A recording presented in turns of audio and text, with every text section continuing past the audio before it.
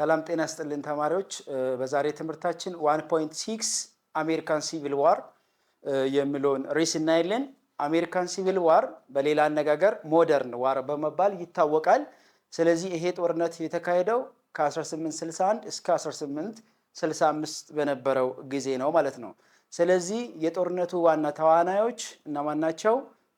ሰሜን አሜሪካዎች ወይም የሰሜን አሜሪካ ስቴቶችና የደቡብ አሜሪካ ስቴቶች ናቸው በጦርነቱ ላይ የተሳተፉት።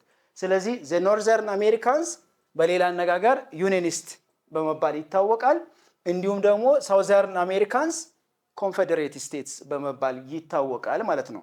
ስለዚህ what was the main causes for this American Civil War?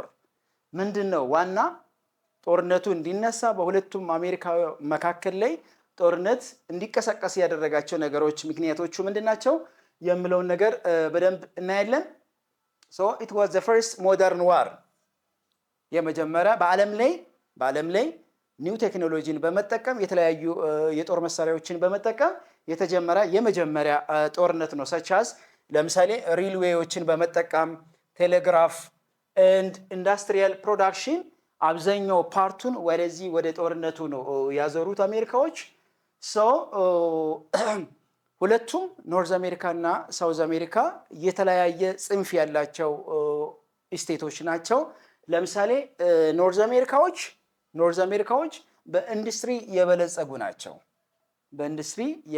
ናቸው። ኖርዝ አሜሪካ ብቻም ሳይሆን ዌስት ኤንድ ኖርዝ አሜሪካ was based on what industrial revolution but ሳውዝ አሜሪካዎች ደግሞ በዛን ሰዓት በአግሪካልቸር የሚተዳደሩ ናቸው። so they were engaged in agricultural activity such as what we call by involving slave laborers በመጠቀም so ከዚህ የተነሳ ሁለቱ መካከል ላይ አለመስማማት ተፈጥሯል በኖርዝ እና በሳውዝ አሜሪካ። ስለዚህ ለዛም ነው አሜሪካን ሲቪል ዋር የተባለው። አሜሪካን ሲቪል ዋር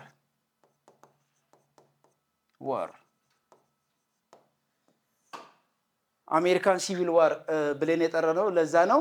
ስለዚህ ጦርነቱን በበላይነት የሚመሩ ግለሰቦች አሉ። የመጀመሪያ አብርሃም ሊንከን ነው። አብርሃም ሊንከን ምንድነው?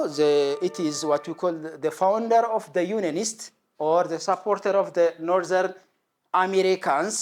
so የሱ ዋና አይዲዮሎጂ ምንድነው? አንቲ ስሌቨሪ ነው። አንቲ ስሌቨሪ ኦር አቦሊሽኒስት በመባል ይታወቃል። ስለዚህ 1860 ላይ he was the president of North America or the unionist. so በዛን ሰዓት አብርሃም ሊንከን ወደ ስልጣን ሲመጣ 16ኛው የአሜሪካ ፕሬዝዳንት ነው። 16ኛው የአሜሪካ ፕሬዝዳንት ነው። ስለዚህ አሜሪካን ሲቪል ዋር በደቡብና በሰሜን ስቴቶች ላይ የተካፈለ ጦርነት ነው ብለናል። ስለዚህ በዛን ሰዓት ኖርዝ ስቴቶች ወይም ኖርዘርን ስቴቶች በቁጥር 22 ስቴቶች ናቸው። ሳውዝ ስቴቶች ደግሞ ሳውዝ ስቴት በቁጥር 11 ናቸው። 11 ስቴቶች ናቸው። ስለዚህ ኖርዘርኖች 22 ናቸው፣ ሳውዘርኖች በቁጥር 11 ናቸው። ስለዚህ ሁለቱም ፓርቲ ነው በጦርነቱ የተሳተፉት ማለት ነው። so the northern were supported by Abraham Lincoln and the southern was led by what we call Jefferson Davis. He was the founder of Confederate State or the Confederate State of America, CSA. Confederate State of America ስታብሊሽ ያደረገው ጄፈርሰን ዴቪስ ነው። ዩኒየኒስቶችን ደግሞ ስታብሊሽ ያደረገው አብርሃም ሊንከን ነው ማለት ነው።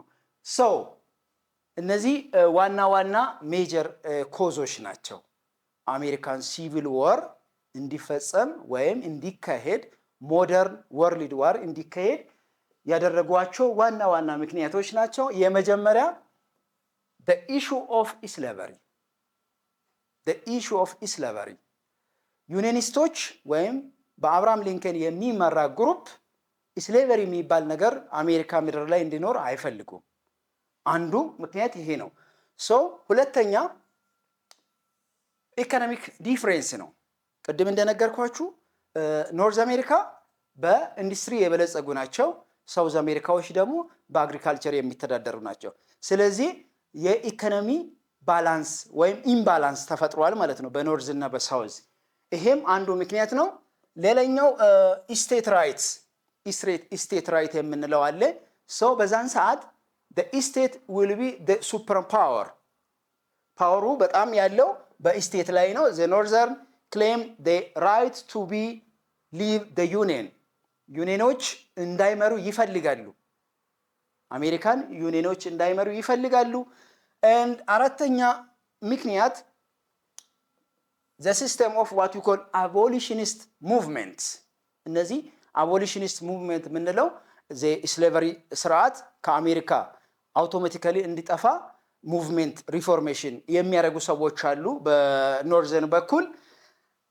the fifth one አምስተኛ ምክንያት ብለን የምንጠራው ምንድነው? the election of አብርሃም ሊንከን in 1860 አንዱ አብርሃም ሊንከን the president of አሜሪካ ሆኖ 16ኛ ፕሬዚደንት ሆኖ መመረጡ 1660 ላይ ለሳውዘርን ስቴቶች ፍላጎታቸው አይደለም፣ አልወደዱትም። ምክንያቱም he was unionist but the southern should become wanted a slavery process እነዚህን ፕሮሴሶችን ስለሚፈልጉ እነዚህ አምስቱም ነገሮች ሜይን ኮዞች ናቸው ማለት ነው።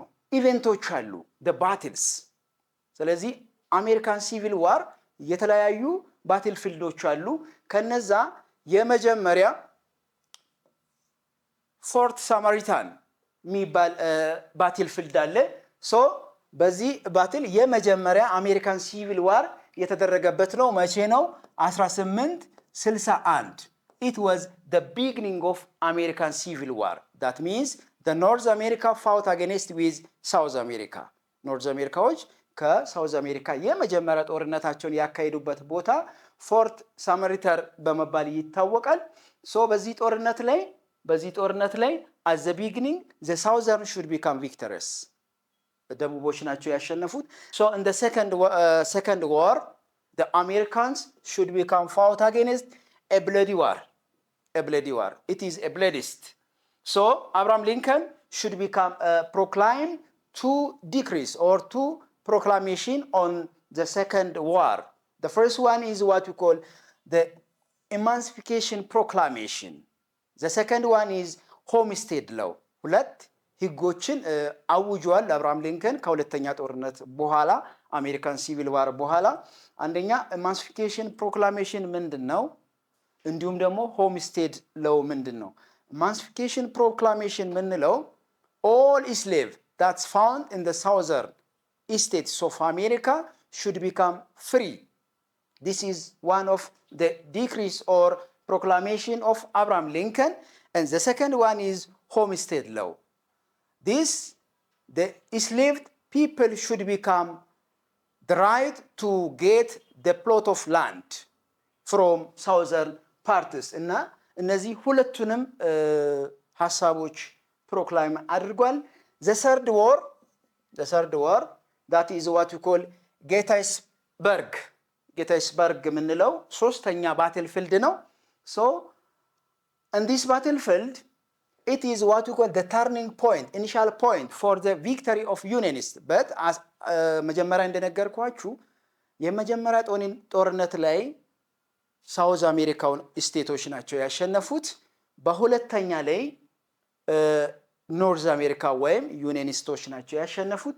በሶስተኛም እንዲሁ ዩኒየኒስቶች ናቸው ያሸነፉት። it is turning point for the Unionists that is led by Abraham Lincoln. በአብርሃም ሊንከን የሚመራ ግሩፖች ጦርነቱን አሸንፈዋል። ሶስተኛ ይህን ጦርነት ካሸነፉ በኋላ 1863 ላይ አብርሃም ሊንከን ሁለት ፕሮክላሜሽን አውጇል።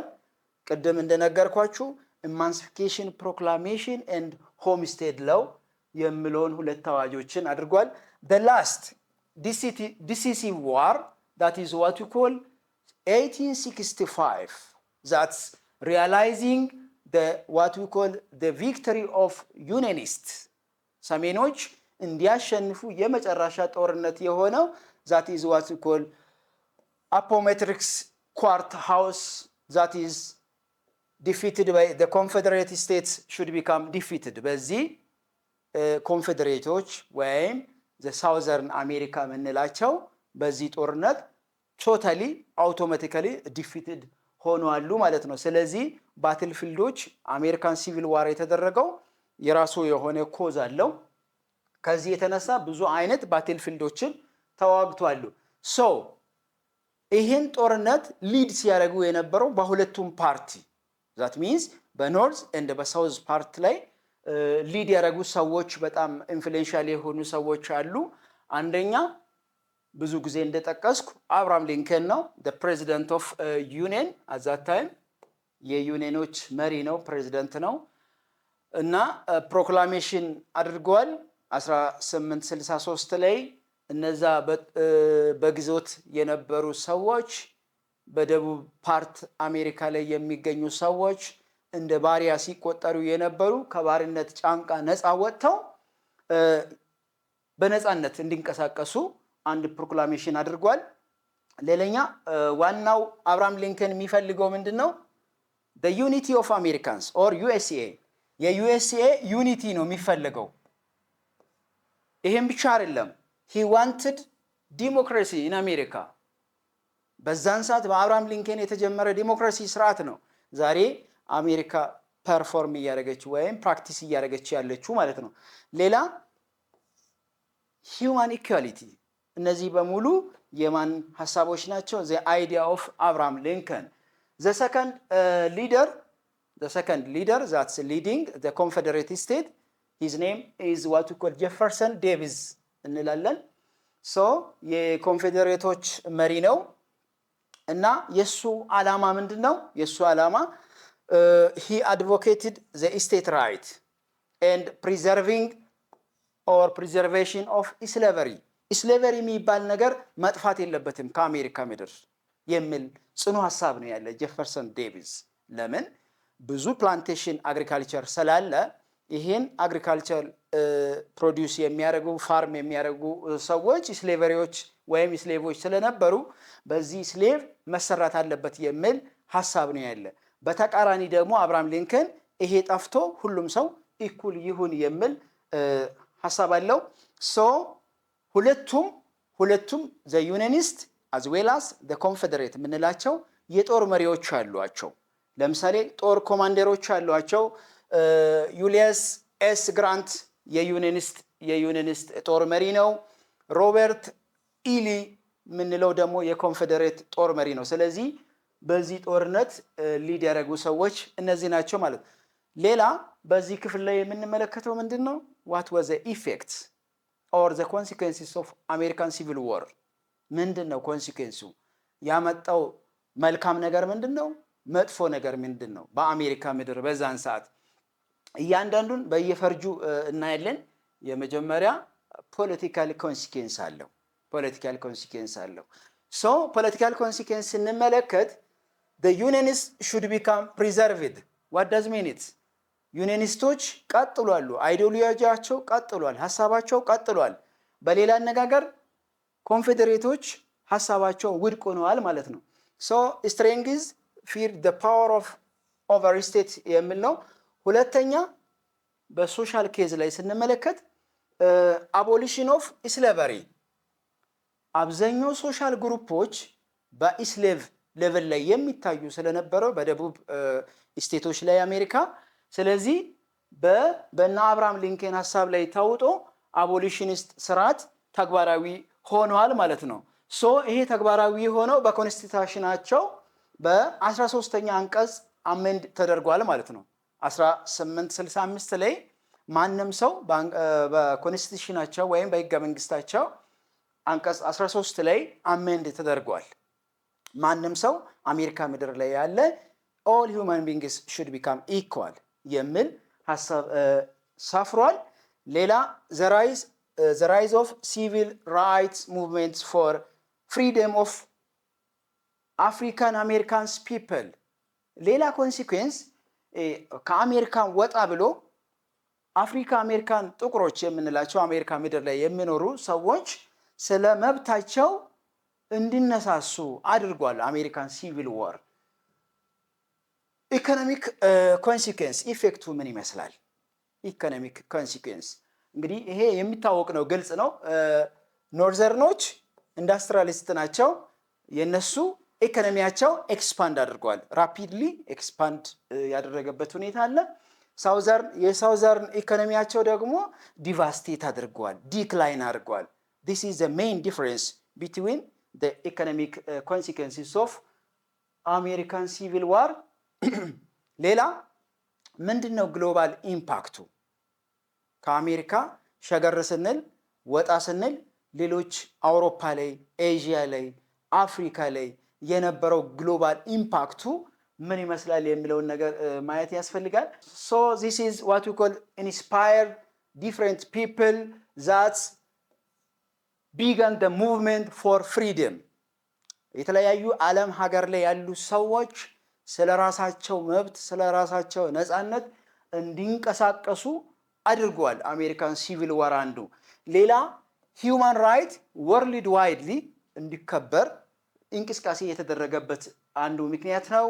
በሌላ አነጋገር ብሪቴን እና ፍራንስ በዚህ ጦርነት ላይ ኢንቮልቭ አድርጓሉ፣ የራሳቸውን ሀሳብ ፑት አድርጓሉ። ለምሳሌ አንቲ ስሌቨሪ የሚል ሀሳባቸውን አስቀምጧሉ።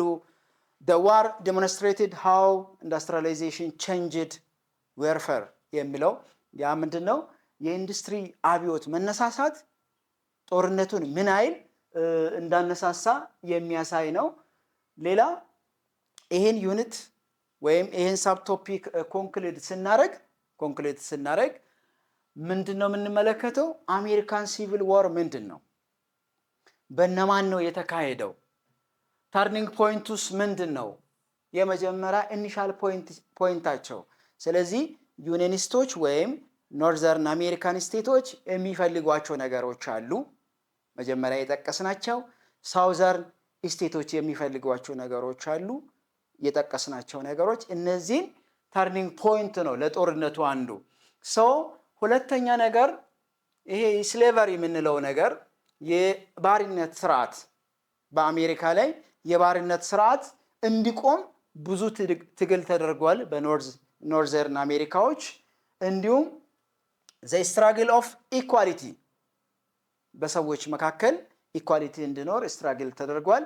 so this is what we call all about today's lesson። በዛሬ ትምህርታችን የተማርነው ይሄን ይመስላል።